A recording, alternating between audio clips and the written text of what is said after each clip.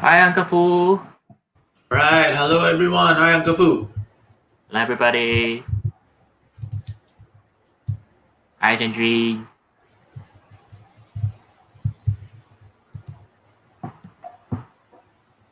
Okay, we'll just give it a couple of minutes to wait for more people to log on over here, and after that, we'll start the session itself.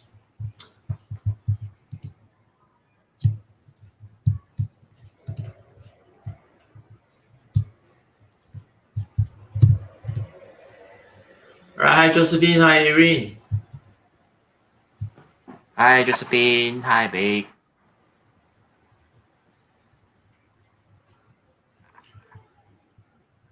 Right, I believe it'll be Tony. All right, Tony, hi. But Tony, can you do us a favor? Can you click on the StreamYard.com/Facebook link above the post, and then grant access? There's a blue button after that. Grant access to StreamYard, so we'll be able to see that you're leaving a comment during the live session later on. Okay, once we commence. Okay, Benjamin. All right, Benjamin as well. Benjamin, can you see? Can you click on the post and then see more? Right, and then you'll see a StreamYard link StreamYard.com/Facebook. Right, and then click on the Facebook blue color button. All right, so you approve them so we can see that you're leaving comments during the live trading session. All right, thank you very much.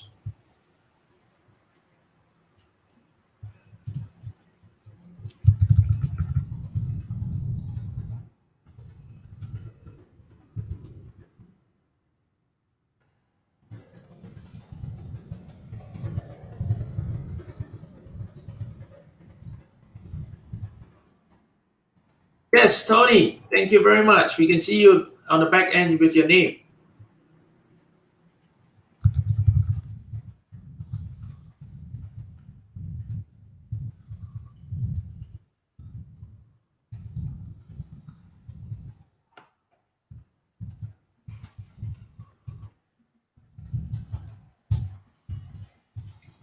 Right. Okay. Awesome. Now, so I'm not going to waste anybody's time further. All right. As the rest of the people join us during the session, I will just proceed right now with what we want to cover. All right. I think Jeremy has a very interesting and exciting learning session together with all of you because he's going to show all of you how to do a review on one of the stock picks that we have done so far. All right. When you have new information provided to you by the market itself. Okay, now, so I think it's a great learning point over here for those of you who are investing right now. Okay, and of course, like every week, sorry, give me a minute. All right, YC, you don't have to click on it. We can see you. All right, so for those of you who are joining us for the first time and have not clicked this button inside this Facebook group itself, that's all. Once you have clicked it once, it should be fine. Okay, yes, I lost my chain of thought. Where was I, Jeremy? You were saying that there's going to be something exciting about what I'm going to be sharing today. Yes. How are we going to review it? Yeah, correct. Yeah. So a lot of times, we will also start to have more and more new members joining us in this Facebook Live session. All right. So if you are joining us for the first time over here, pay attention to what Jeremy is saying. All right. And if you happen to not catch the previous episode where we covered the same stock, okay, you can go back into the post itself, or you can go on to the topic. All right, we have actually added post topics on the right-hand side of your Facebook group itself. Okay, just click on the post topic called Stop Nit-Picking. All right, and all the episodes will appear. All right, and then look for the one that we're discussing today as well. Okay. All right, now, so I aim to do this with Jeremy every week as well. I'll take advantage of the session, all right, the first 5 minutes to provide a little bit of what I call the market breadth, okay, market breadth for the coming week, okay, because many of you here are probably our community members, all right, as well as new members to our new programs over here as well. So what I want to do is I want to bring up some highlights, okay, to the risk that is present right now in the market itself. Okay, right now. So give me a minute. Right, so here's what I'm going to do. I'm going to share my screens. Okay, you have just joined us on this session over here. All right, drop a note, leave a comment, say hi to us. All right, if you could do us a favor, just click on the share buttons for the live streams. Okay, and share it onto your profile in your Facebook feed. All right, that would do us an awesome favor over here. All right, we want to reach out to as many people who are investing in the stock market as possible. All right, and also wish to know the market breadth. Okay, going into the new week itself over here as well. Okay. All right, now, so let's do this together. Okay, now, so let's get to it. So what you're seeing on my screen right now, okay, I'll just widen it up a little bit. Okay, what you're seeing on my screen right now is actually the E-mini S&P. All right, I just wanted to show you the E-mini S&P because I wanted to show you a little bit on the market breadth. Okay, and the thing that I wanted to cover today, okay, was actually this. Give me a minute, I want to change the setting for this a little over here. Okay, right now, so what you can see over here is you see that in the last week, okay, what we have is we have the market correction that's going on.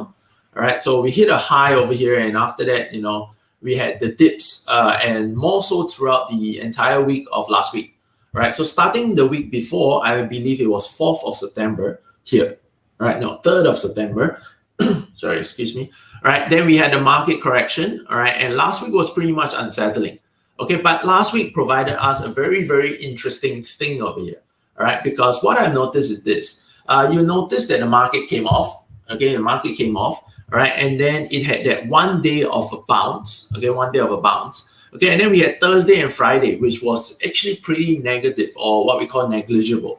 Okay, but yet, you know, with so much fear building on, okay, into the marketplace, right? You'll be surprised, okay, for those of you who are investing in the US, okay, you actually be surprised to also see that, hey, you know, that the VIX is actually dropping. Yeah, okay, all right, now, because we all know that the VIX represents what we call the volatility index, okay, or more indirectly, right, is the number of call options and number of put options being bought in the stock market itself. Okay, on the S&P 500. Okay, the VIX is very specific to the S&P 500. Okay, now the NASDAQ itself has a different symbol. All right, now, so this VIX index tracks the number of call options and put options that are being bought, okay, on the S&P 500 itself. Now, so while the market is going down, okay, when market is going down, okay, there should be an increase, okay, in the number of put options being bought. Okay, all right, because of the fear level. So as the market goes down, there should be more people buying what we call put options, which is insurance, okay, or bets on the downside. Okay, and when people buy put options in droves, okay, that means in volume and in numbers, okay, it will cause the VIX index that you're seeing right now to actually shoot up. Okay, to actually shoot up. Okay, but what's happening right now is we have the market going into the correction phase. Okay, there is no significant bounce up yet from the sell-off move. Okay, but yet we see that volatility is actually dropping. Okay, now this is where the market is not in tandem anymore. There's, you know, some kind of disconnect. Okay, there's kind of a disconnect over here. And on top of that, right, let me show you something else that's more interesting. If we look at the big guns, okay, that means the guns or the stocks, right, okay, that have been moving the entire market, right? So of course, what we're going to do is we're going to look at Apple over here, right now. So we had Apple. Okay, we have Apple over here, which has fallen, right? Okay, so it has also suffered from the sell-off. Okay, so you realize Apple hit a high of like 138. Let's round off the number, right? Hit a high of 138, all right? And then it closed last week over here at about 112. Okay, 138 to 112. And that's a drop. That's a drop of $26 over here, right? And you must understand this. A drop of $26 may not seem like a lot, okay, especially from the chart. It may not seem like a lot to you, okay, but you do have to understand a $26 drop from a $138 stock is actually a 20% correction. Okay, it's a 20% correction. Okay, and if you need to put more things into perspective, right? Okay, many of you may not have think this way, okay, but Apple did a 1-for-4 split. Okay, that means, okay, if you want to calculate it backwards, right?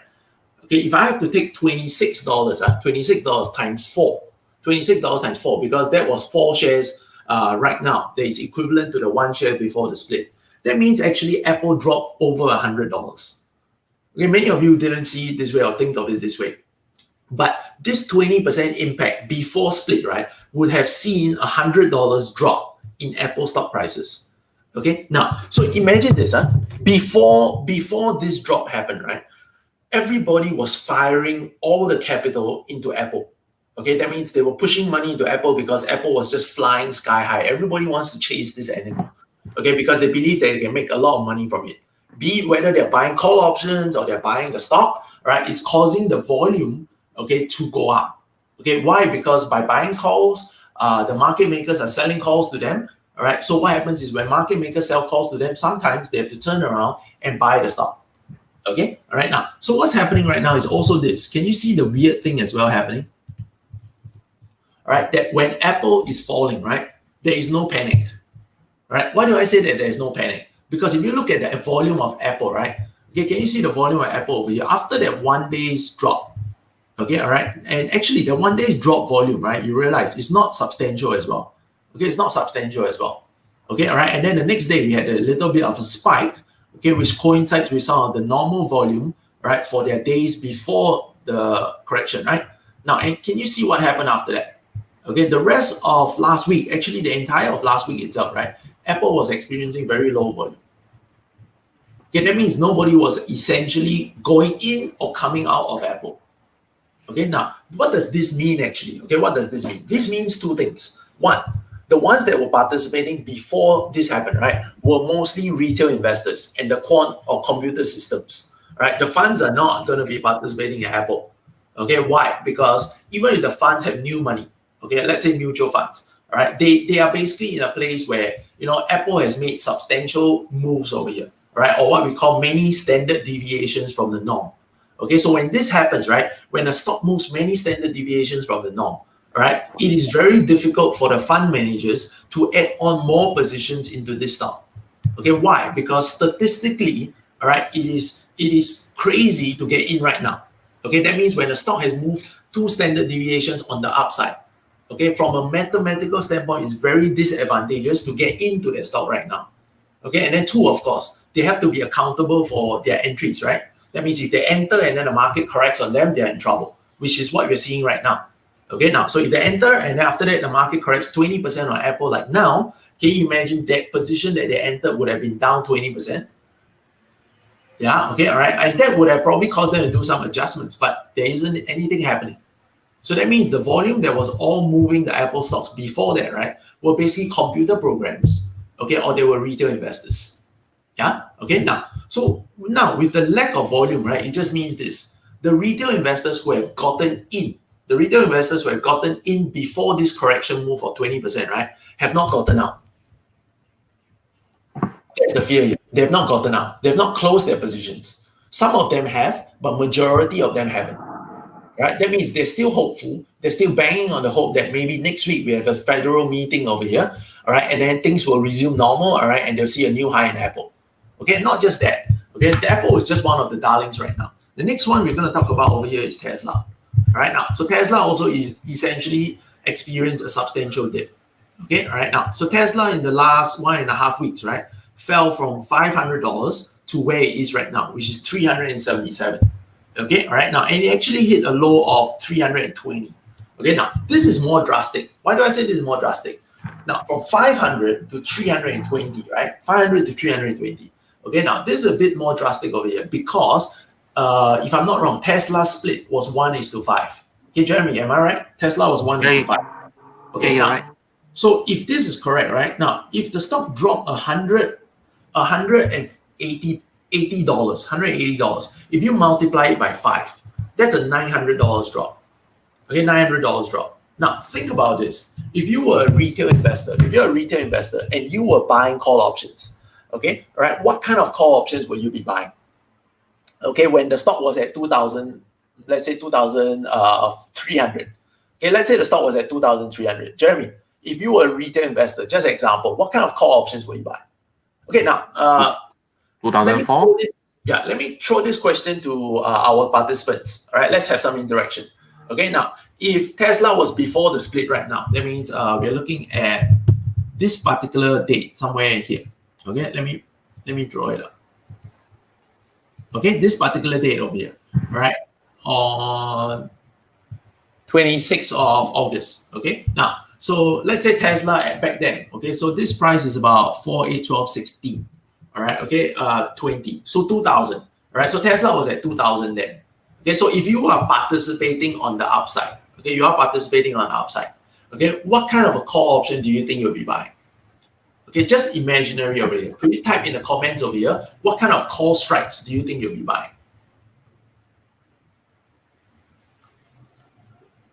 Okay, let me just put a little bit of perspective. If the stock was at 2000 and you are buying, I got it. Let me show you. Let's take a comparative stock. That means a stock that is worth almost $2,000. Okay, now, so you're seeing Google over here, which is right now about $1,500, right? Okay, all right. So this stock is about $1,500. Now, just imagine this. If you buy a 1 month, all right, a 1 month call options, okay, and now it's 1,520, correct, Jeremy? If you buy a 1,520 call option for 1 month, okay, now the cost of this option will be $64. $64. Okay, which means even if you buy one call option contract, you are taking a bet that costs you $6,400. $6,400. Okay, all right, now, so my question is this. Okay, now, Chien, thank you very much. Okay, now, so Chien over here says basically, if the stock was at 2,000, right, he will be buying, right, a $2,500 call. Okay, all right, how about the others? If you have a subjective view over here, just throw out a number. Now, so an equivalent $2,000 call back then would have probably set you back maybe around $80. That means the bet over here on the upside, right, will have been $8,000 for one option contract. Okay, $8,000 for one option contract. Okay, now, do you think you will invest $8,000 to buy a $2,000 call option, or will you look for something that is cheaper? Right, so for Chien's $2,500 call, right, okay, it would set him back perhaps. Okay, it will set him back. Let's put some perspective over here.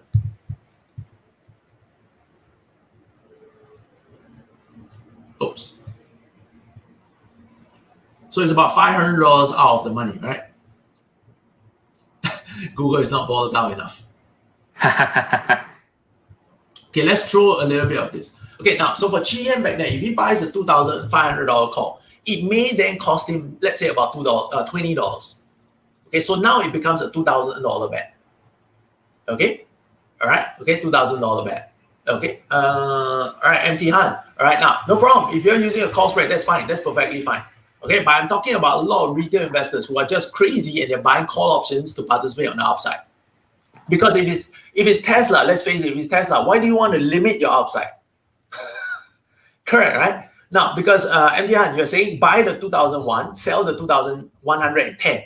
That means you're limiting your upside to $10. Tesla does it in like one second.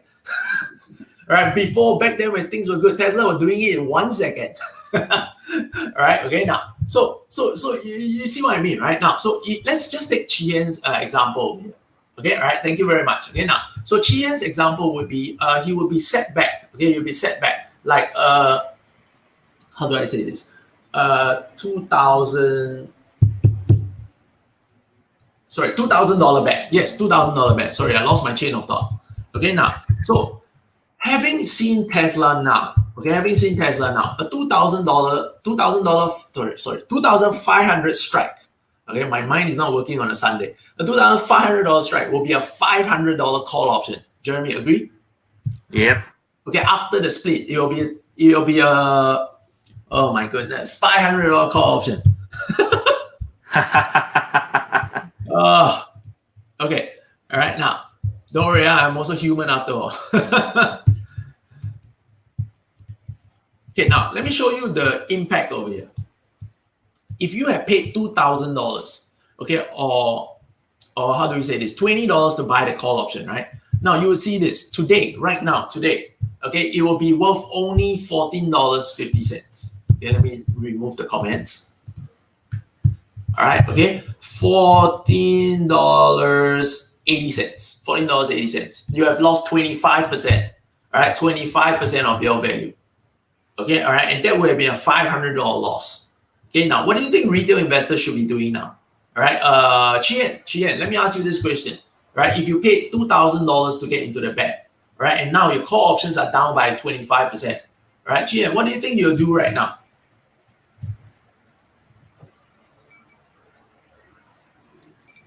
All right, what do you think you'll do if you're still positive on Tesla? Okay. Can you see, Jeremy, I'm not sure if you agree with me. We will have what we call the 50-50 scenario. Yeah.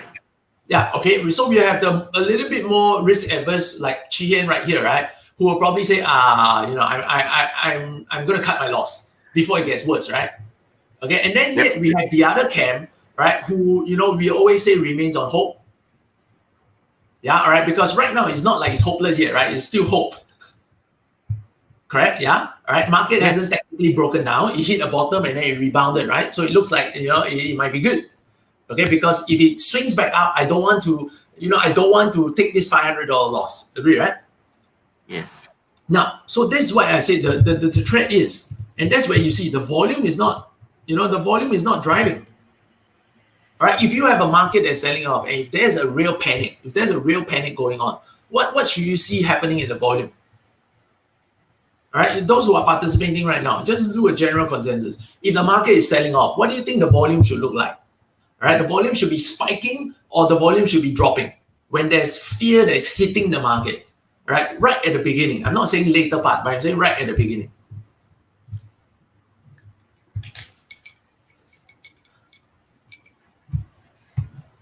Terence, I realize your questions are not latching because our community are very well versed in well entrenched into our philosophy of being safe. Yes. That's why they don't belong to the other camp. They can't relate to it. No worries, but but no problem, because the idea of our weekend session, right, is also to educate, all right, on top of what we already taught them. Yeah, okay, and also for our new people who are joining the free Facebook community, right?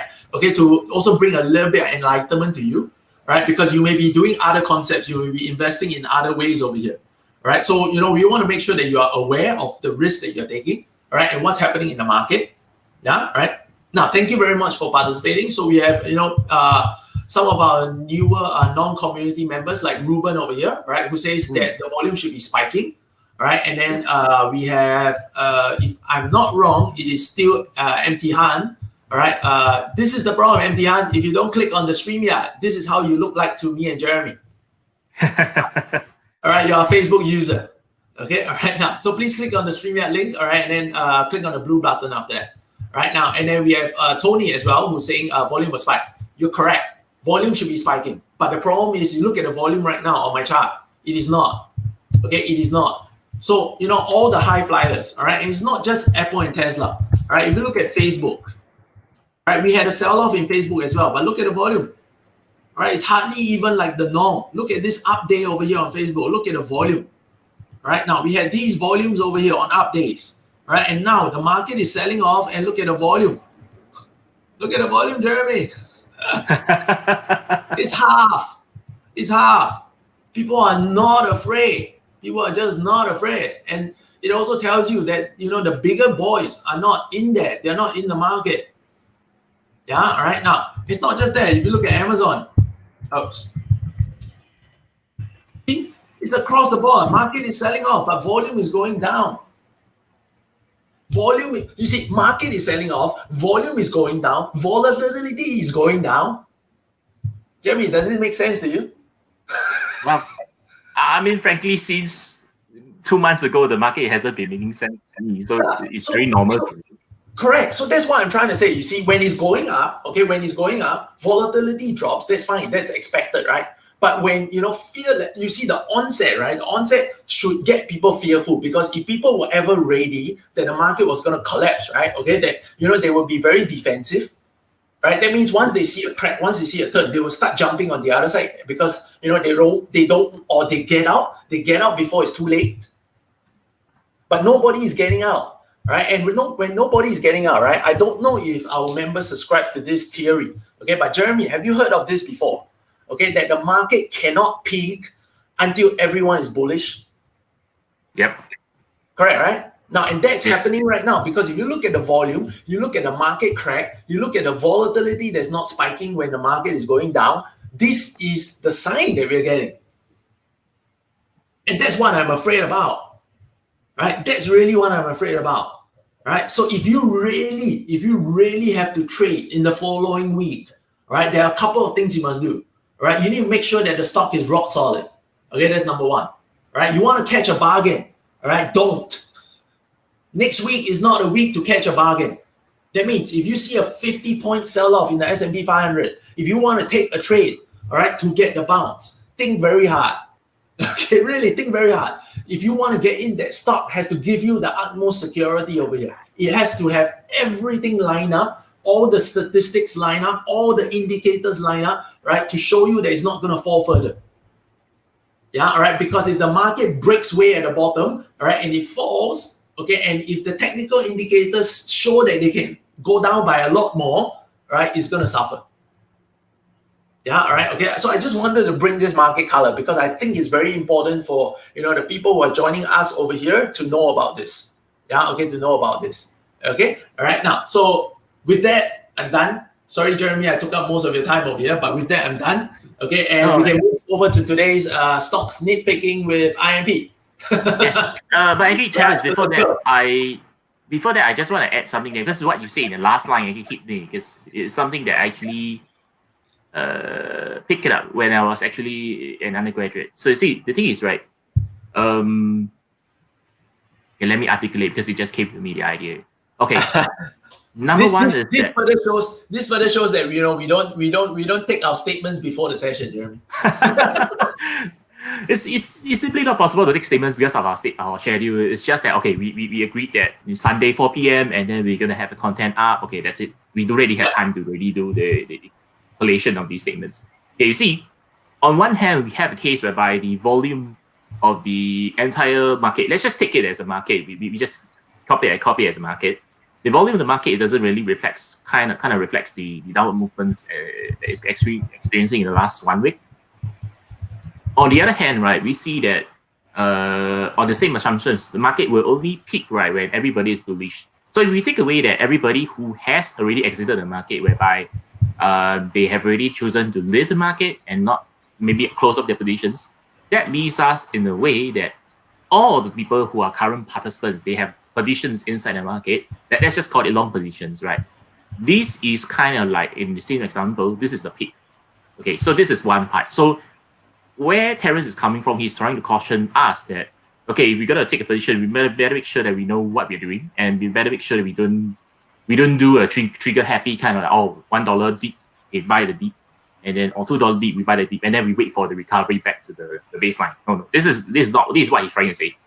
On the other hand, my point of view is that if, let's say, for example, in the coming week, if you really see something that is really something you've been tracking for a long time, and the factors does come up such that, number one, back to options, the options presents itself at a price point whereby it is very fat or expensive for you to be selling them, or it's very thin or very cheap for you to be buying them, such that you can benefit should there be a reversal in the current outlook. Then you can take it with a defined loss strategy. The key word is defined loss strategy. Because even if you're wrong, you wouldn't have your entire portfolio up in flames. So I think the point is, because coming from a finance background, I always believe in you must be compensated adequately for the risk you are taking on. So for example, if you see that the risk is there and you are willing to take on the risk, which most of us, sometimes we do, or we are able to structure a trade such that the risk is something we can stomach, then I think there's no issue with taking a trade. But you must make sure that this one trade doesn't burn your entire portfolio. So I just want to maybe just set the perspective here so that as I slowly ease into the sharing of the stock, in a way, for some participants out there who are, number one, more trigger happy, number two, they believe in more active participations, number three, they remain bullish despite the current sharing you have, I think at least you have this part whereby define risk, plus you must know what you're doing, and you must not be overpaying or underselling for the prices you're getting. I think that's what I hope everybody will take away, at least from here. Terence, your view? Jeremy, when you were saying it, I just felt that for many investors right now, if they are, especially, we call them what we call the Robin Hood traders or the Robin Hood era, where they're just coming into the markets right now, and they're not immersed into the market long enough. They have not felt the entire potential or threat of the market when they are going on the downside. They may actually end up being caught with their pants down. Yeah, right. So I think I agree with what Jeremy has said. If you are a seasoned investor, all right, if you know how to take what we call defined risk strategies, if you know exactly what to look out for, all right, to protect yourself going into a trade, all right, even if you're long, even if you're trying to go long, you're trying to catch a bounce, that is possible. You can still end up making money, all right, but you need to know the conditions, which is obviously what is something that we cover in our programs over here. All right. Of course, we will also be trading live with our students in the coming week. All right. So we will be telling them about what to look out for and how to look out for it. All right. So, any of you who are not in our community yet, all right, and if you do have interest over here, all right, just send us an email. All right. And we can fill you in on our upcoming schedules and programs that are lined up. Okay. All right. Now, so if you have interest, just send us an email at help@impossibleinvestors.com. And our team members will get in touch with you with more details. Now, but we will be covering this in the coming weeks. Jeremy, because I just saw something just now, and it just makes me even more fearful. I mean, not so much fearful of getting into the market, but fearful of the people who don't know what they're doing. Yes. Now why do I say this? Jeremy, let me just cut back into the stream over here. I'm sorry if I give you the time, No, it's fine. This is something that everyone should be aware about. Now, because for the Apple diehard fans, and I bet, Jeremy, even in our community itself, we will have these people, all right, which are what we call the Apple diehard fans. All right, now, and let me state it very clearly. I love my MacBooks. All right, I love them. All right, I love some of their products. All right, although I've left the iPhone, community. All right, I've left it a while ago. I just can't keep up anymore. But what I'm saying over here is this. It is not just about a company. It's not just about a product. All right, because at times, it's about the valuations as well. Now, what do I mean when we say, at times it's about the valuation as well? If you are thinking about buying an Apple stock right now, Apple is not that bad, but the PE ratio of Apple is still 34 times. It's still 34 times. And you must understand this. You cannot price Apple. Now, why do I say 34 times for Apple is expensive? Because some of you will be saying, Terence, but some of the other companies are crazier. I agree, right? Because you look at Amazon is 120 times, correct? Jeremy, correct? Amazon 120 times. Look at Facebook. Facebook is also 33 times. That's amazing. I'm actually pretty amazed by this. All right. Now, but then we also have on the other side, all right, companies like my platform is hanging. Companies like Tesla, which is now still trading at 900 PE. All right, company like Tesla, which is trading at 900 PE, and then we have the hottest kid on the block. No, this is not the correct symbol. What's the correct symbol for the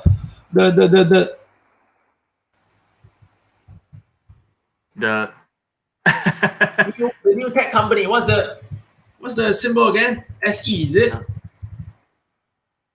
New pet company? Yeah, SE, this one. Okay. Right? Negative 56. What? Yeah. All right. Now, so what I'm trying to say is this. All right. Now, why do I say Apple is too expensive? Now, if you look at this, right, after like a 20% correction, we will have. Thank you, Uncle Fu. All right, I got it. I found it. All right. Now we have. Would we say, right, after a 20% drop in price in 1 week, right, we would have what we call the bargain hunters. the buy on dippers, right? The buy on dippers. We'll have these people, right? Because they say, oh, 20% correction in Apple, that's a bit excessive, right? And then they try to catch the bounce. Okay, now if you look at the indicators, okay, I have some indicators at the bottom. Okay, let me take away the volume so everything will look bigger. Oh my God, I shouldn't have been covering in this much detail over here. I think it's fine, Terence. I think it's fine because this is something that we really feel that it's No, really, gonna, yeah. I told Jeremy before we start, I wanted a 5 minutes, all right, because I want to provide a market breadth. But oh my God, as I get into it, right, but all for your good, okay, all for your good, all right. So make sure you come back every week and join us, okay, because I don't know what I'll provide every week.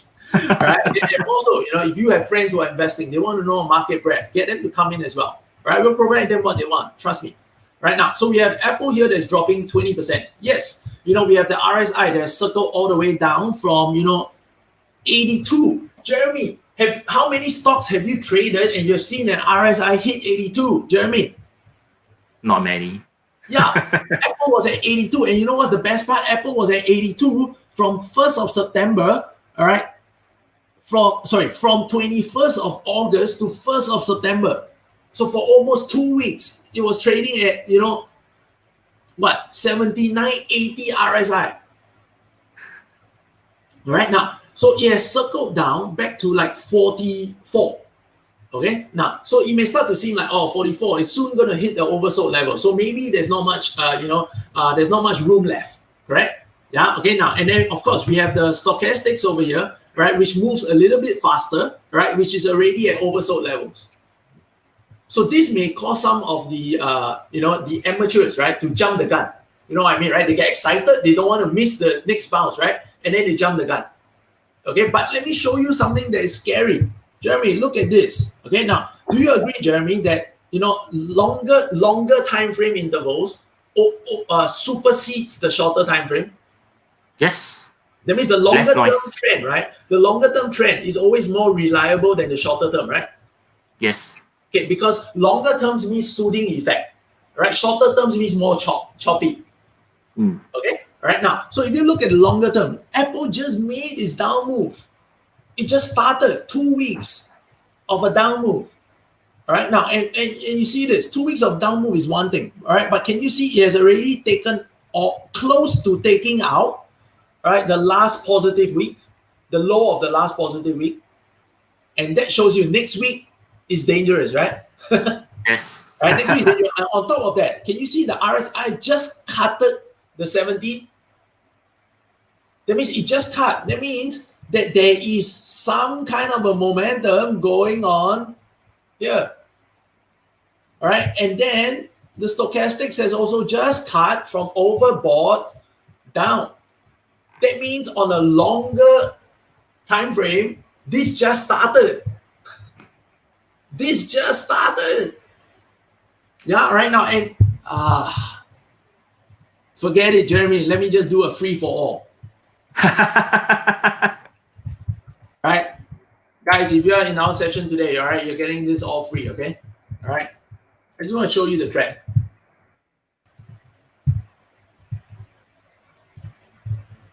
I think in terms of context, right, for those of you who might be joining us for the first time, right, I think the only times I really see Terence doing so detailed will actually be during paid sessions, like the course itself, or during the quarterly getaways that we have when the paid sessions community members does come together for getaway, and Terence does gives us an update on what he feels we need to be aware of.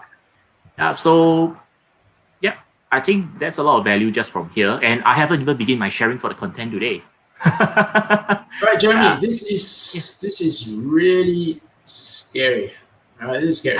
All right, although I may not think that it will happen, all right, but technicians will know this. All right, when a market moves in a cycle, all right, now that means if you look here, all right, let me give you some perspective of it. If you look here, the RSI was from the top, right?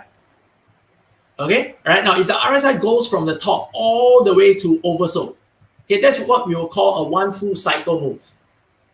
Okay, where the indicators, right, move from the top end to the bottom end. Okay, which obviously can happen, right? Now, So can you see if when that happened the last time, right? Apple went from 56 all the way down to 35. Okay, 56 down to 35. So that's like Jeremy, how much is that? That's like a $21 drop. Yep. Correct, right? Yes. That's not scary. It doesn't sound very scary, right? Hey, Jeremy, $21. But you must understand, it fell from 56, Jeremy. That's 50%. That's a 50% drop. That means if the RSI can go one full cycle to oversold levels, we can actually see Apple stock fall by as much as 50%. So if you think that $112 now is a discount, and it falls, this RSI, if it cycles all the way down, you will see what a real discount is. Yeah, all right.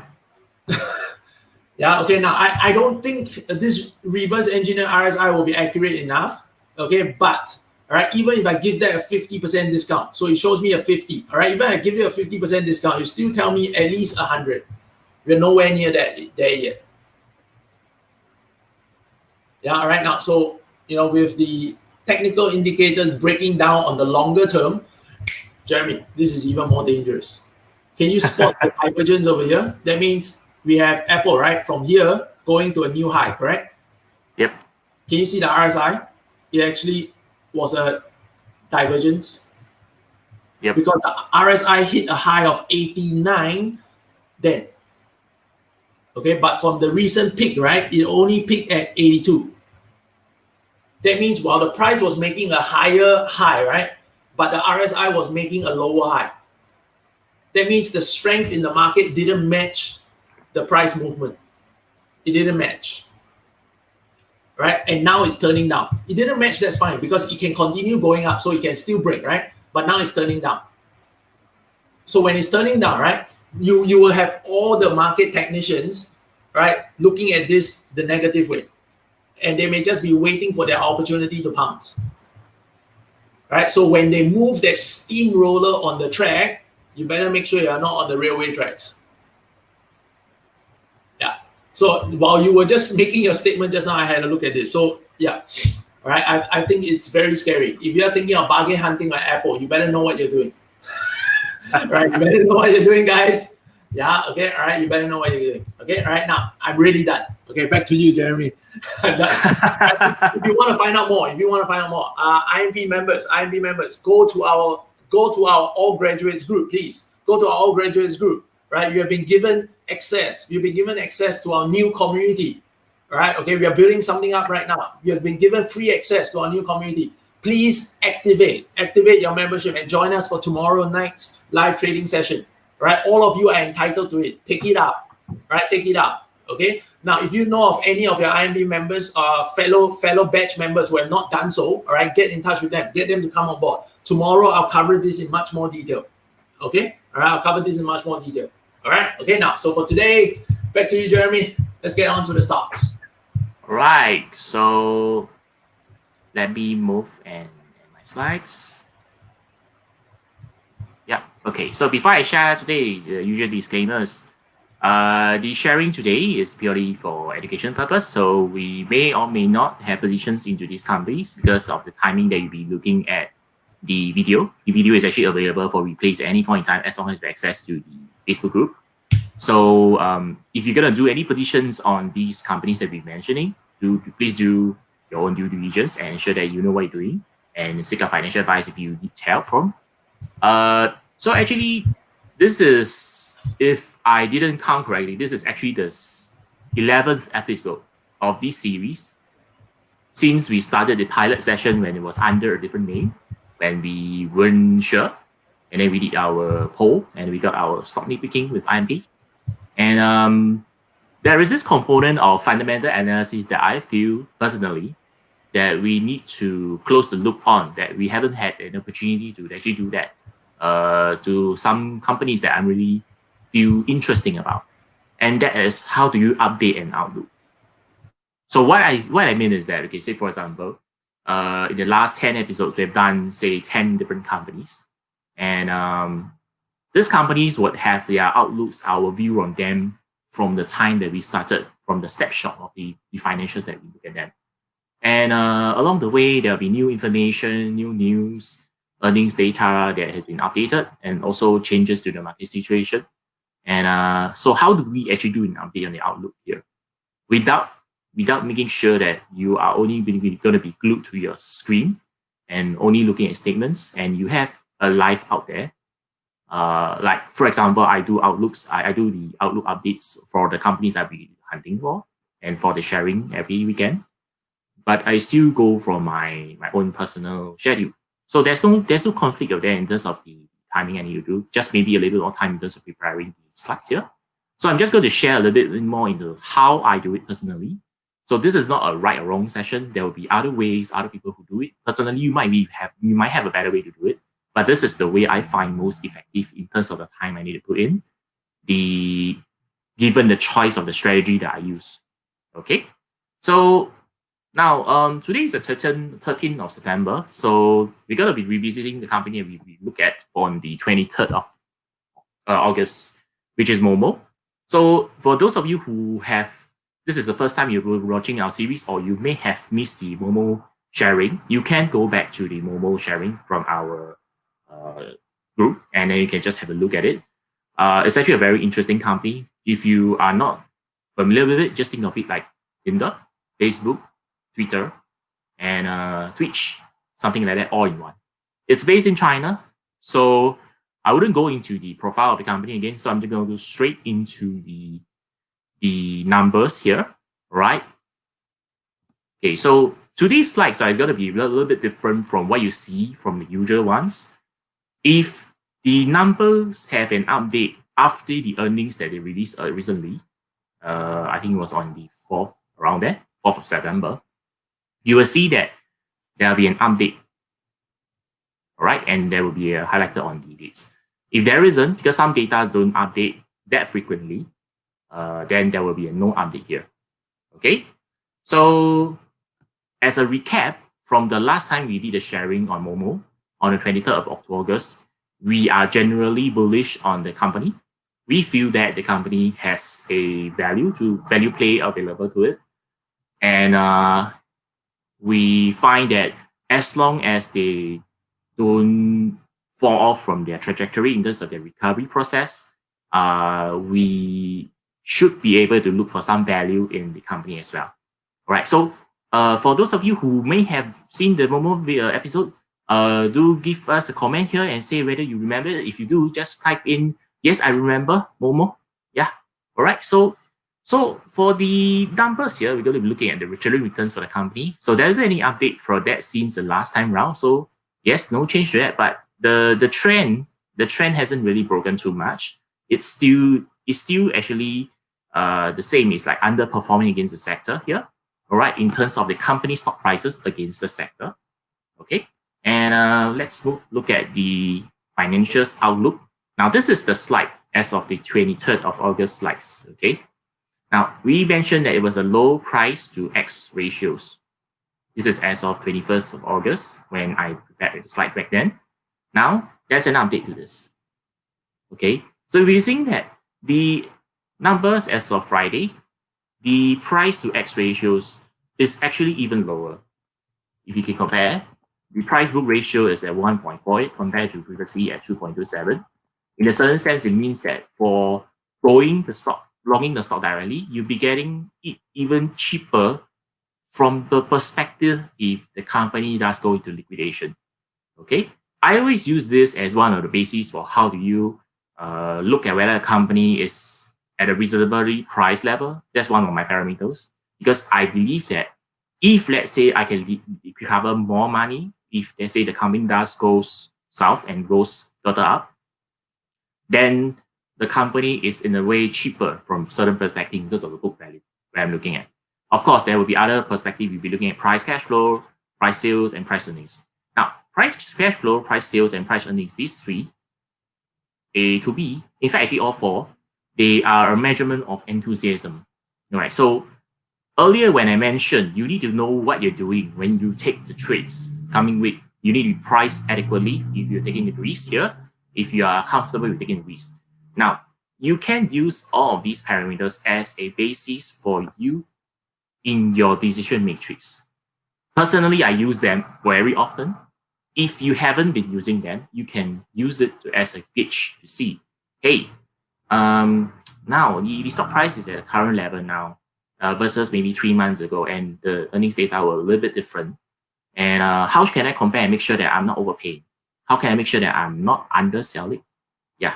So you can actually use these numbers to actually do a kind of like gauge to try and have a more apple to apple comparison, right? So yes, and so I was saying that in terms of the price book, price cash flow, price sales, and price earnings, right? We're seeing the numbers actually generally went down. Okay. Now this is partly due to the earnings guidance as well as the fall in the stock prices, and there were other fundamentals, slight adjustments in the company values that I will slowly touch on. Right. So I'm saying that this is actually more of a bargain, if you ask me, just purely from a numbers perspective. Technicals are not in this discussion. Okay, this is purely from the fundamentals perspective. All right, so this is still a good point to me. And the last slides in 20 on the last sharing, there's no change to the growth outlook. It's still respectable growth for the last 3 years, so there's no change to that. It's still a positive growth in terms of revenue, income, and net income, and earnings per share is still positive for a year. And we're saying, okay, for financial health wise, okay, this is actually of the last slide in the August sharing. We're saying that this is a healthy short-term coverage as well as that level, right? So we're looking at a quick ratio and current ratio, right? If you just need a gauge, quick ratio is actually the two of them are very similar. So just that one is more strict and one is less strict, but you can use them concurrently to see, right? And interest coverage is based on the number of cash flow they have, the short-term liability they have actually to cover for their interest requirements, right? So I'm saying that this is actually very healthy. And if I were to update it now, as of the last updated values, right, we see that the quick ratio actually went up, and current ratio, interest coverage, as well as the equity actually kind of improved, right? So far in terms of the financial, we're seeing an improvement here generally, right? In terms of the profitability, the company is still profitable, okay? And this is as of the last time, and if you could see, there's actually it remains profitable, but with a lower rate of return. If you can compare, return on assets actually fell from 15% to 13%. This is very close to 40%. Returns on equity fell from 27% to 23.5%. And on invested capital is from 17 to 15. Net margins fell by 19 to 17%. So generally about a 2% drop across boards for all of its returns ratio, returns percentage. It's not gonna be a very good thing if, let's say, for example, they're gonna persistently keep having this drop. We want to see whether across board and in whole full financial calendar year, whether the trend, the general trend of having a positive one, the positive year-on-year outlook remains. So we would be able to see that even in the eventual slides is that the trend itself doesn't seem to have broken. It just got weaker, right? So we will touch into that shortly, right? So we see that, okay, this is from income statement. Okay, so the left portion here, this is from the August sharing. This is the August sharing. Now the rightmost is the latest one. Figures are actually all taken from Morningstar, okay? So generally we see that for the trend in terms of operating income, net income, as well as the earnings per share, we're seeing that previously we mentioned, okay, it's an upslope. Revenue, income, net income, earnings per share, they're all improving over the years, generally across board. That is the main direction. But the trailing 12-month numbers, right, updated after the last earnings data showed us that, hey, this might be slowing down. Right? This might be slowing down. Okay, so it hasn't exactly broken the trend because you see, like for example, trailing 12 months, like 3.65 is still higher than the 2019's numbers. So we just want to make sure that if we can, we want to make sure that it falls in line with this or not too far off. And ideally, the earnings per share, right, actually improves. Now you see that 13.4 for earnings per share, right, it's kind of like lower than the 2019 earning, the 2019 whole year figure. So this is something that maybe we want to pay attention to. All right. Moving along. Okay, so we're looking at balance sheets. Okay, so generally, if let's say, for example, you haven't really noticed what I'm trying to do, right? So far I come across here. what I'm trying to do is a simple game called spot the difference. It's just a game, spot the difference here. You're comparing against what you have seen previously, and you try to see the current numbers now. Where's the difference here? Right. After that, after you spotted the difference, right, you try and make sense of why are these numbers trying to tell you in terms of their numbers, the stories. Right. A lot of people, when they see fundamental analysis, they say, hey, this is going to be very taxing, this is going to be very boring, this is going to be very dry. Fair. That's very fair. But most of them, they fail to say that, okay, actually numbers tells you the story. They allow you to actually have a very quick overview in terms of how are these company doing. This is the numbers here. All right, so this is all that I'm doing here. Spotting the difference, trying to make sense of what is difference about. Then after that, I go and do some light reading to do confirmation in terms of what I'm seeing. Okay, so for balance sheet wise, we're seeing that the trend is actually in line. There's a general growth in assets equity as well as equity grew from first quarter of the year to the second quarter. So equity, first quarter, 13.3, second quarter, 13.92. This is a growth. This is a good sign. Total assets wise, they actually fell. If you see assets, liabilities, debts, right, there's a major shift. Right? So for these three items, there's always going to be shifting. There's going to be up and down, up and down. So we want to make sure that on year, in fact, if you can, on quarter basis, right, we don't want to have too much variation in terms of assets. But dropping by about 0.5 in terms of billion numbers, it's not too much for me personally. It's still something that can stomach here against the first quarter here.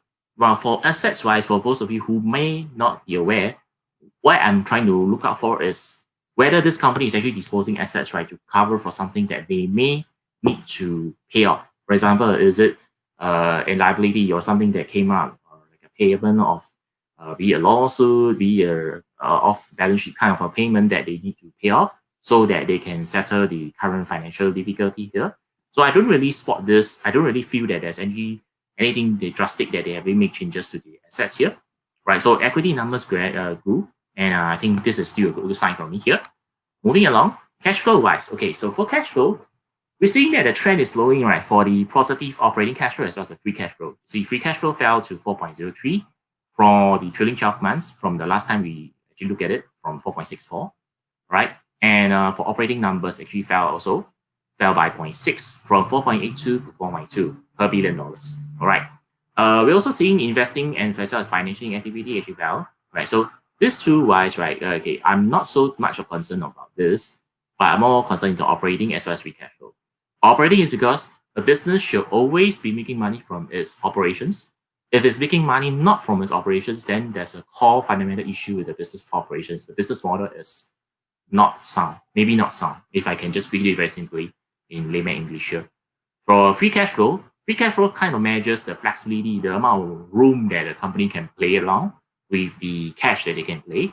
And we're seeing that drop in that. So we want to make sure that this company is not using this free cash flow, losing this free cash flow because, hey, they're not making money, or hey, they are not for sticking to their budgets, that kind of thing. So we want to see whether there's anything that is going to be a long-term trend where the free cash flow continues to drop drastically.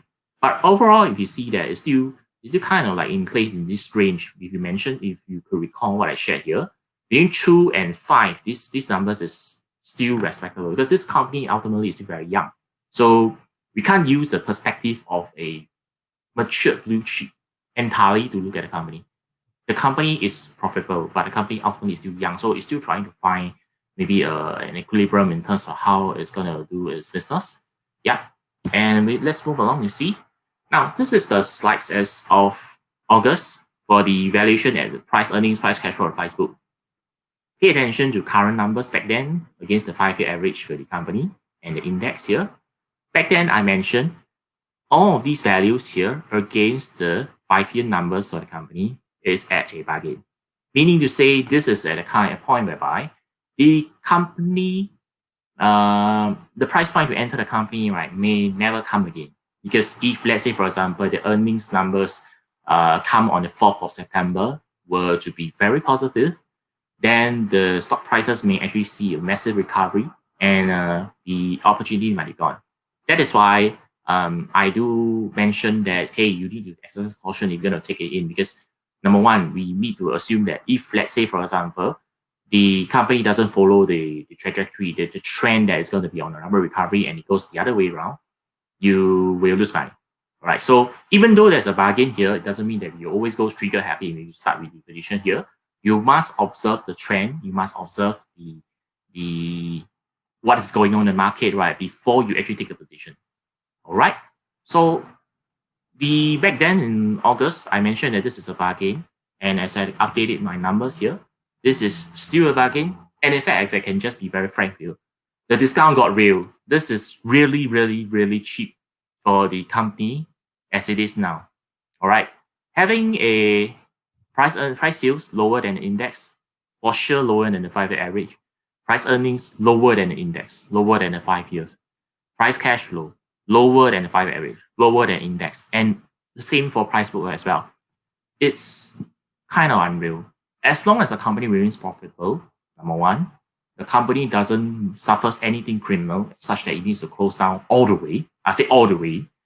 The company should have enough time to actually adjust any miscomings that they may encounter. Now, there's another observation that I noticed here. Okay, if I can just toggle between the slides here. Okay, September, this is number. Pay attention to the index. Okay, pay attention index. Looking at index numbers is 1.73. Look at the price sales back then. 1.69. Okay, so this is still in the range. Price earnings 14.27. 14.85 back then in August. And then we're seeing 12.64 for price cash flow, 12.4, and price book 1.9 versus 1.87. Okay, so you see that in terms of the index, right, the changes isn't a lot in terms of like the in the last 3 weeks, the changes isn't a lot. So you can also use this, right, as a benchmark to see whether this change in the company's current price is due to a systematic level change, whereby, oh, it's because something happened in the market. That's why this company is actually responding to the market directly. But as you can see, right, the range here, the numbers actually are very close to what we see from each other here. So what has actually happened to lead to the company's price being going lower is likely going to be what happened to the company directly as compared to if it was the index. Okay, again, this is a reasoning thing, because we see that the index numbers for all the price ratios, price to something ratios, didn't really shift much, but we see the shift is, we see that just a second. We see the shift is in the price to X ratios for the company. There's some shifts here. So what has happened to lead to the stock prices of the company went down is what happened in the company directly, and not as a result of the systematic risk. I.e. to say, if we were to be concerned about a systematic level adjustments like what Terence mentioned earlier at the start of the session here, you have to really take caution before you take any trade for this company if you're looking at. Okay, this is very important. Again, you have to take caution for taking before you take any trades in the company yet, because the systematic level risk has not been priced into this current drop. Right, this is where I'm looking at here. Okay, moving along. Now, back there we mentioned that the returns ratio for the company from August was good. It's very in line with the 5-year average numbers, and in fact, it's actually outperforming the index, the other companies in the index here. Now, it's still good. It's still good. It's dropping. You see, 13%, 15, 23, 27 back then, 15, 17 back then. Okay, but you see that it's actually lower, getting away further from the 5-year average numbers for this company. So the company now is finally seeing the effect of COVID-19. More factors are being priced in the COVID-19, because we see that the second quarter, every year there's 4 quarters. So this is the second quarter whereby they do a year-on-year comparison against 2019, where they have a pretty good year. So 2020, this is the second quarter we're seeing this as the 5-year average number slowly adjusts itself. But across board, I don't see this to be a major deviation against the outlook I had from back then in August. So again, spot the difference here. I don't really see these two. While there's different in terms of numbers, I don't really see that the trend has changed. Okay, and we're looking at margins here. Okay, so back then in August, the margins was something around 49% for gross, operating 22, net margins 19. Simplistically, if you, let's say, for example, you're not somebody who can look at a lot of things, focus on the net margins. 19% back then, 17% now. Okay, so for context, you need to compare against the 5-year average, the index. Okay, so back then, it was performing better than its 5-year average. It was in line with the index. Now, it is dropping against its 5-year average, it's slightly lower self than the index. Again, this is a reflection that, hey, COVID-19 is actually being priced in. So if I could say, right, the company kind of like announces its second quarter earnings a bit late compared to other companies. So you see that this kind of adjustments is due to the fact that all the other companies has already announced their earnings here. So sectors-wise, this is now more of an apple comparison. But it's still healthy for a company that's very young. Having a close to 18% net margins return with a very respectable free cash flow from what we see previously is still good, right? And this company is not a dividends play, so don't base your decision on dividends. Don't look at dividends, because I have seen in my comments as I look through research, right? There were other retailing investors that they base it on dividends. Say, not that they're wrong. I just don't feel that the dividend trend is something worth looking at for time being, because we only have, I think it was 2 rounds of special dividends so far. So I'm not looking at the dividends at all. All right. So I'm just going to take a pause here and let's see whether I've lost everybody. Right. If you have not been lost, can you type a still alive here? All right. Let's go back. Okay, so we're looking at the numbers for Momo. This is back then in August when we're seeing the book value for a company. This is taken from Thinkorswim platform here. And as I try and do an update, I noticed that Thinkorswim has not factored in the outdated book value. This is just this morning, and I see that the book value hasn't changed here. So we need to figure out the book value for a company by ourselves. So how do we do that? Okay, so I go back to Morningstar. I look at the prices as of the 21st. This is because the closing price was $20.61, and 21st price book 2.21. This was the numbers that we taken off the slides here, so I just use it, and we reconstruct it, we reverse engineer it. The price book, the book value back then was about $9.07. All right. So with any calculation ratios, and especially in terms of reading financial statements, right, there's going to be bound a little bit of a variance, a little bit of variation. So it's fine. Do need to be relying on absolute numbers here. Okay. So as we update the numbers, we see this is closing numbers for last Friday, $14.19. The stock price went down.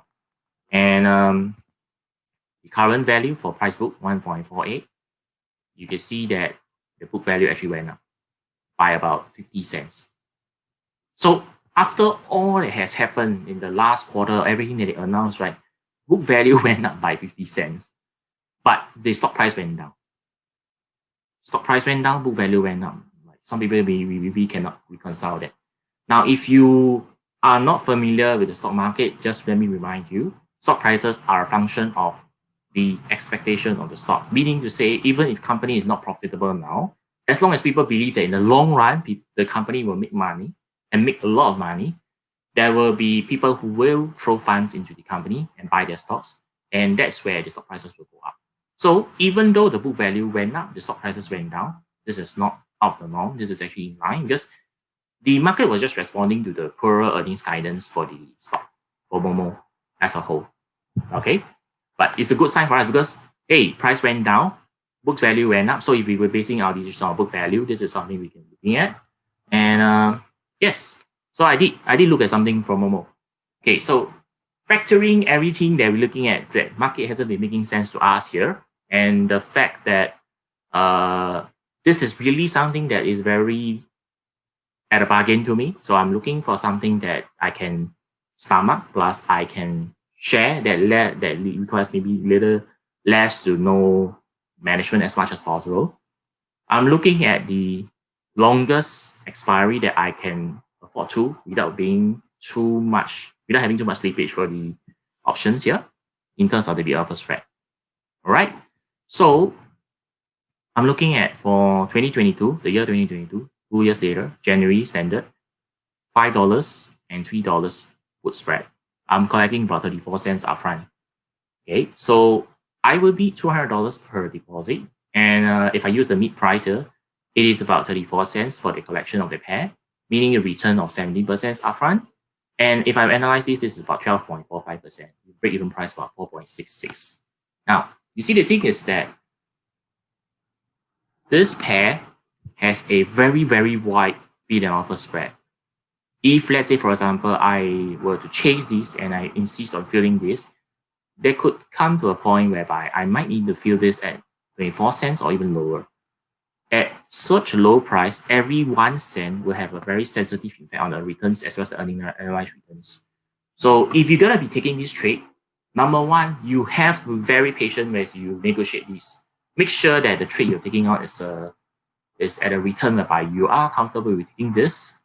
Number two, make sure that you are comfortable with the company first. Number three is that if you're not comfortable with the company yet, you would like to take the trade, because I know some of our participants do this. They just hear, hey, Terence and Jeremy share something, let's just try it.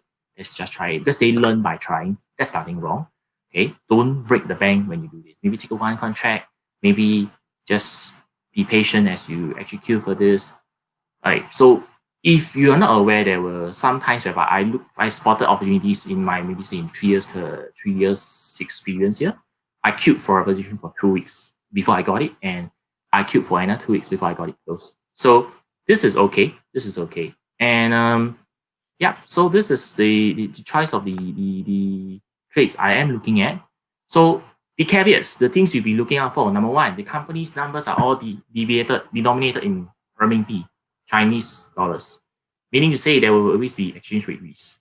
So if let's say, for example, China and US, they do some other battle, some other trades again. So the exchange blows and they decided that, hey, we're going to play the exchange rate again. Now, this company will definitely be affected because it's actually listed in the US.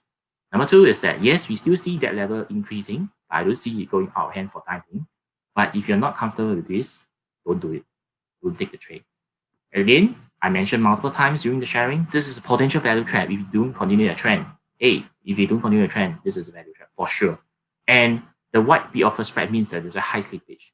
And with such a low premiums we are looking at for the absolute dollar value, right? Every 1 cent is actually a very high percentage. So this is a very high slippage value. Be very patient as you take the trade and you queue for it.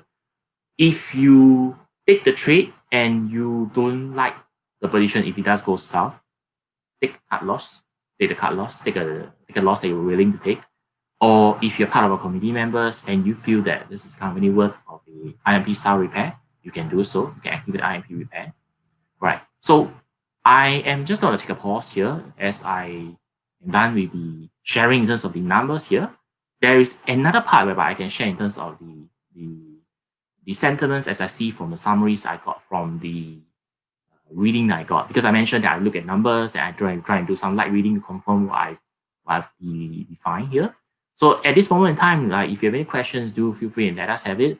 At the same time, I'm just going to check with you. Terence, do you have any view on this? Any inputs? Or have I lost you all? Are you all out of space already? No, I'm all good. I'm just waiting for you to be done, and then I will have a little bit of input over here. I think I like what I see. All right, I'll just share my inputs after you're done. Yeah, for time being, I'm done. Okay, so you're done on your view, right? Yep. Okay, sorry. Let me get prepared. So I'm going to pull out my screen again. Now, so following on from our last updates on this company called Momo, Momo belongs to a little bit of the new internet gig. I mean, that's their business nature, the new internet gig. Yes. So, but they are kind of like the old boys. That means they belong to the new online community, but they have also, lost favor from the market. Right now, so, but what I like to what I like seeing over here is this now. That means from the charts point of view, as well as from the fundamentals point of view, which we've just updated, which we just saw, It brings a little bit of perspective to anybody who is looking to trade it, and what kind of opportunities you are seeing from there. Okay, now so from a fundamentals perspective, okay, Jeremy, I think you mentioned that the numbers still seem pretty much intact. All right, it's still reasonable. All right, and just from my simplistic point, the PE ratio right now on the company is 7.5.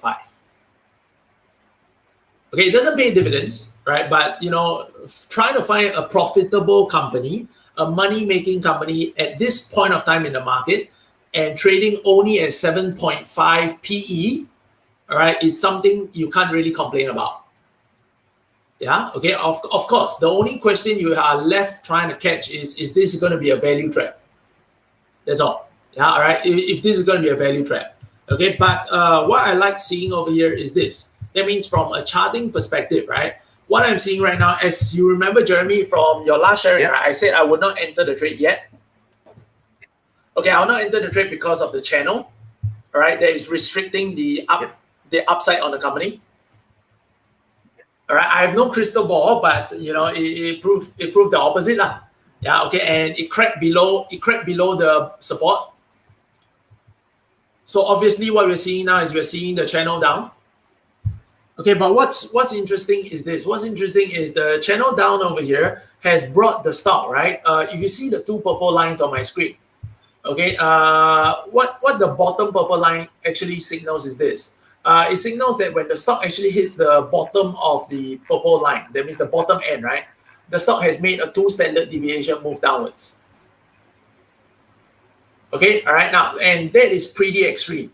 Okay, that is pretty extreme because if I change this to, let's say, 3 years, 1 day, okay, yeah, right. If I change this to like, maybe it's not gonna make sense. Let's do this. Okay, all right, now a 1 year over here, all right, you can see that the stock hardly makes what we call the 2 standard deviation moves. Okay, all right, but when we move it to like the last 6 months, all right, we actually see it hit the bottom over here. Right, and you can see, right, every time it gets close to this 2 standard deviation move, all right, we get a bounce. All right, and then it comes down over here, all right, somewhere close to it, we get a bounce again. All right, now, so if history repeats itself, which is why, people like to see charts, right, then, we could be on the possible part of a turnaround. Yeah, okay, we could possibly be at a turnaround. But the only thing is, again, unfortunately, I will wait. Right now, why do I say I'll wait? Because first, the trend is obviously down. Okay, let me pull out a drawing.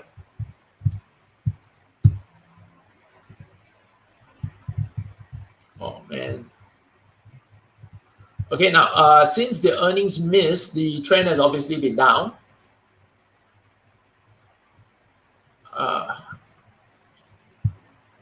It doesn't want to plant.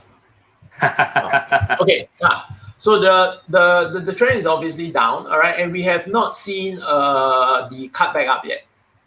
So I think what I want to see for me to get an entry, right, all right, I want to see at least one of the red bars, right? I want to see one of the red bars high get taken out by the stock. That will be at least signal to me that the stock is trying to attempt a reversal move. Yeah, all right. That's just how I see it. Okay, all right. And then from the RSI is clearly oversold, all right, and showing some sign of positivity. But of course, I will want to see cutback above. Yeah, okay, all right. And yep, that's pretty much it. I will want to see at least these 2 things happen before I get in. Right, the rest of the other indicators, if they follow suit, that will be just good. It will just increase the statistical odds. But if it doesn't, I want to see at least these 2 things happen. Right, and I have actually a trade that is aimed and planned in mind. If it happens, yeah, right. So playing along, right? If it does happen over here, right? If it does happen, this is the trade that I'll be looking at. I'll actually be looking at the same duration as you, something longer, right? Like 2020. Okay, all right, just to give the stock time.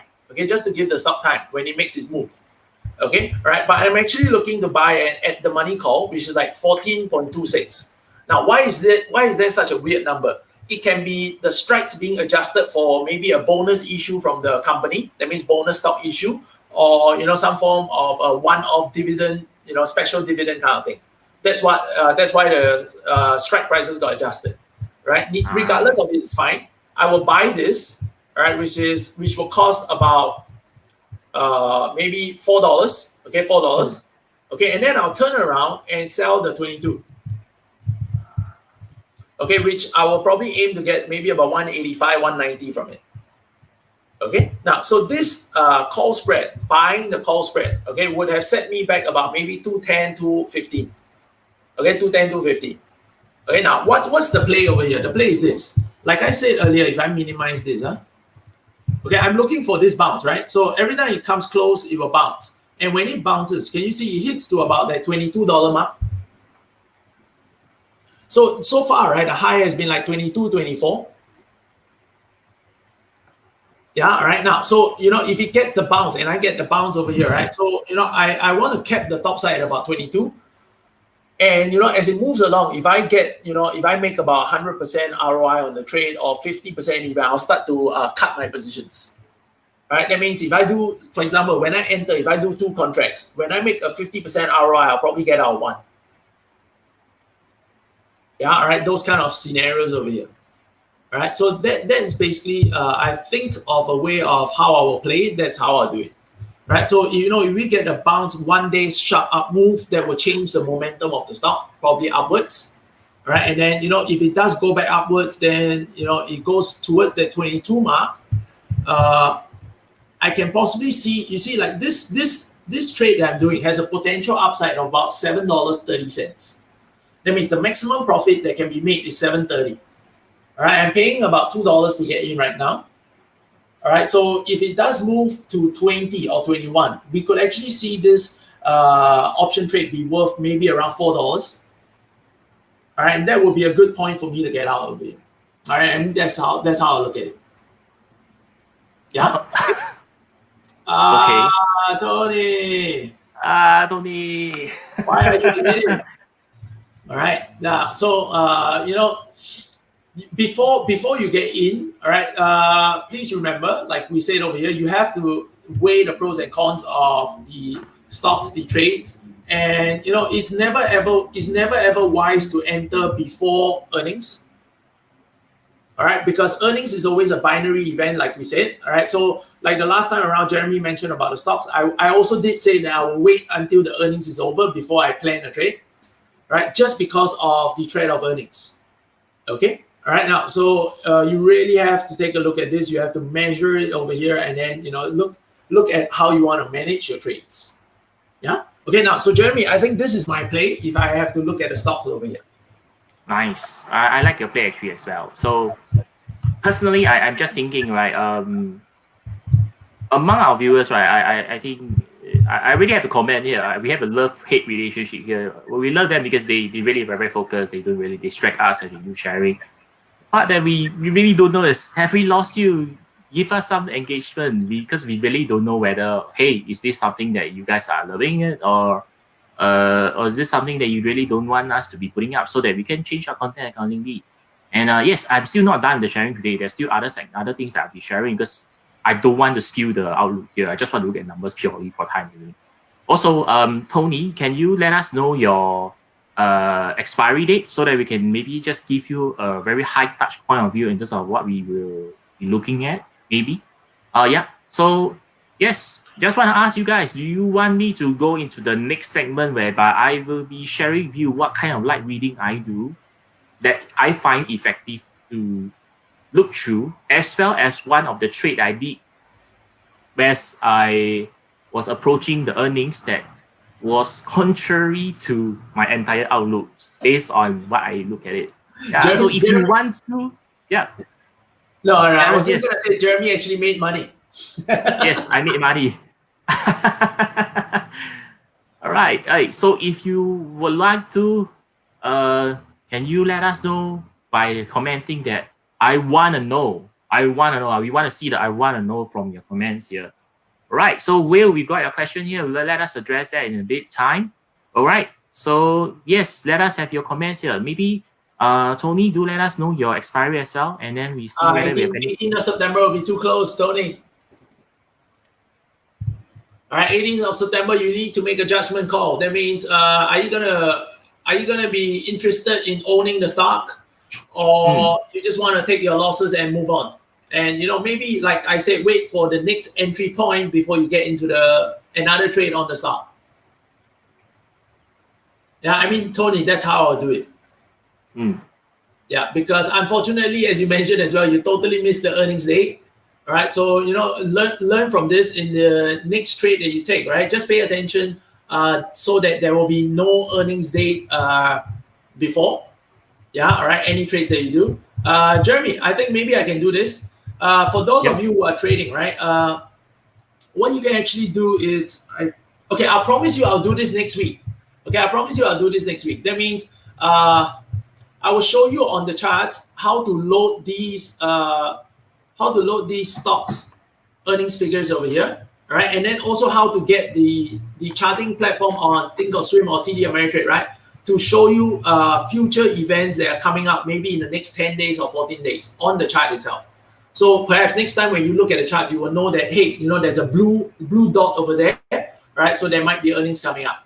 Okay, so join us in our next week's session. I'll show you this, right? Because we have overrun, so I don't want to, make the session really go on to like super long over here and maybe hold Jeremy back from his date, no, there's nothing on. I'll cover it in the next session over here. All right. So okay, then I think only Jason want to know the light reading that I do that I find effective. All right. So I shan't hold everyone up then. Let's see. Okay, let me have my. Why not we do this, Jeremy? Sure. We can also do this in the next session. All right. So if you are really interested for Jeremy to share, leave a comment even after the session. All right. Okay. Even after the session, so that we start compiling it, we'll take a look at it. All right, and then we'll cover it like the charting one that I mentioned. All right, in the next upcoming session. Yeah. I think that would be good because sorry, my bad, but today I think we kind of overran the session a little bit. So I know people might want to carry on with their Sunday dinner plans. Okay, all right. Now I think it's coming in now. So thank you very much. So I'll get Jeremy. I promise I'll get Jeremy to share this in our next week session over here. Okay. Okay. So I think Jeremy, this will be a good time for us to, before we close the session, right? To just fire out your questions. That means based on my sharing today, Jeremy sharing today, right? Fire out a couple of questions and we will address them before we close the session. Yeah. Right. Okay. All right. Now, so if you have questions for us from what we share with all of you today, all right. So just post your questions in the comment section. All right, and we'll start to address them over here. Now, Jeremy, let me take Tony's question over here. Sure. So Tony was basically saying, I mentioned either he chooses to absorb the stock, all right, and then absorb the stock or choose to cut loss on the position, right? So I think following on that, Tony is just mentioning, does he do a covered call, which is to absorb the stock and then sell a call option, right? Tony, I think you have to be very careful on this. Okay, for the time being right now, I think you might not want to do this. Okay, first, because even if you do it, the call strike that you're going to get that will have premiums, right, will not be very high. Perhaps I would say you may get premiums for only like a $15 call strike. Okay, maybe you can sell a $15 call, all right, and then get something for it. But you're negating the fact of, the potential upside move that I mentioned when I was spotting the charts.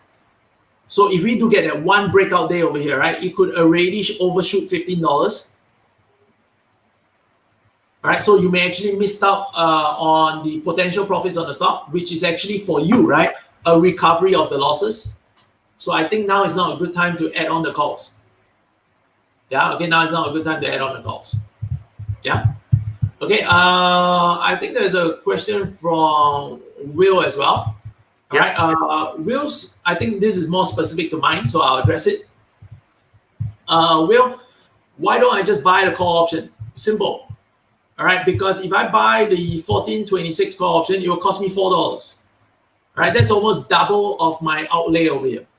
All right, double of my outlay. All right, and I already specifically lay out my plan. Right, if the stock recovers and it hits 2022, right, I'm out. I'm out. I'm not looking for a breakout move. That's not me. I'm not a trend trader. Right? I'm not a trend trader. I'm not a breakout trader. I'm not like, a higher high kind of trader. No, that's not me. Right? But I still like the potential of catching an up move. Right? So for me, I rather try to find ways to lower the cost. So for me, how I will play it will be the call spread. Okay, or in project options cash flow, I label this as the budget call. Okay, the buy budget calls over here. Okay, now, so following on your next question, Will, which is better to use, a call spread or a put spread? It's entirely up to you, Will. All right, it's entirely up to you. Do you prefer to collect, right, opening the trade, or do you like to pay to open the trade? Yeah, okay, so for different traders, they have different liking over here. So it's really subjective. It's really dependent on the character of the trader itself.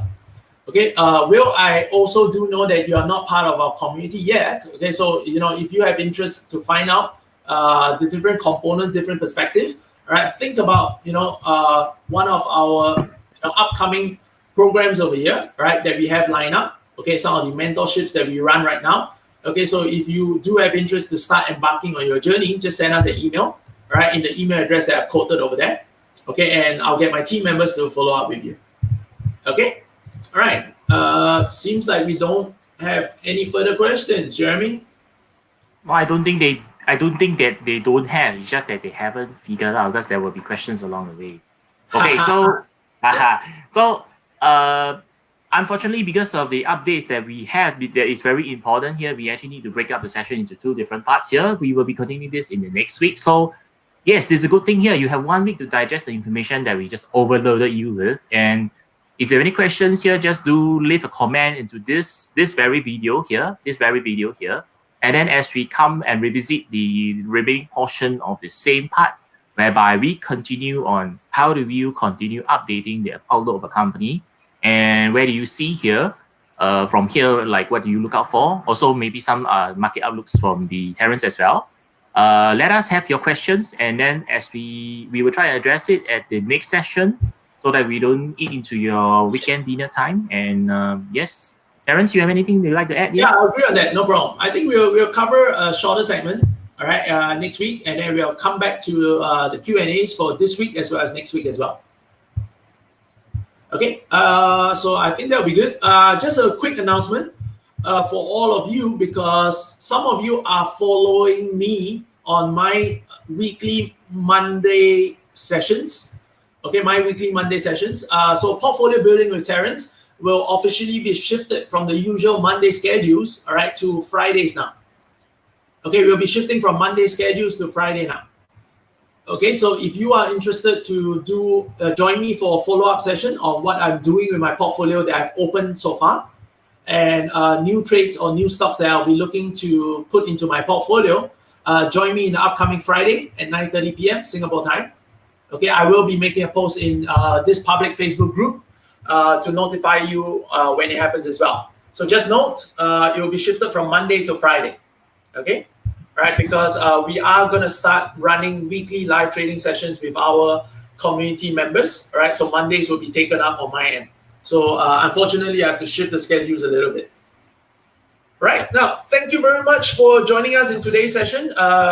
Before you leave over here, if you did enjoy the session or if you did learn something over here, all right, can you do us 2 things right now before we go?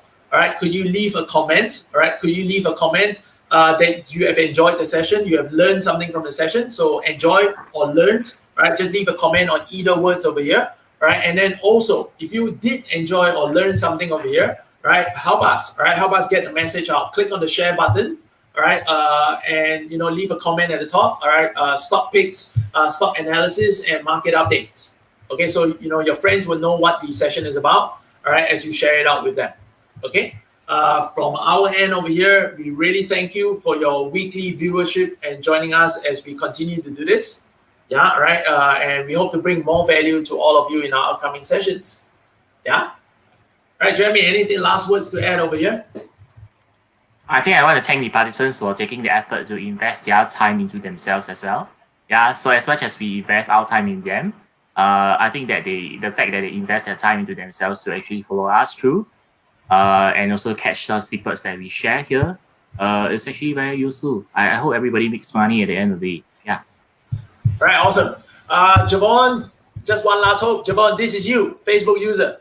On my end, that is. All right, on my end. Okay, so do me a favor, click on the StreamYard over here, all right, and then from next week onwards, we'll be able to see you. Okay, all right. Yep, I think Maureen as well. Maureen, I think we didn't manage to catch you on the back end as well. This is how you look like. All right, now, thank you very much for all of you over here. We'll see all of you next weekend. All right, bye-bye, everyone. Bye. Yeah, bye-bye. Enjoy your weekend.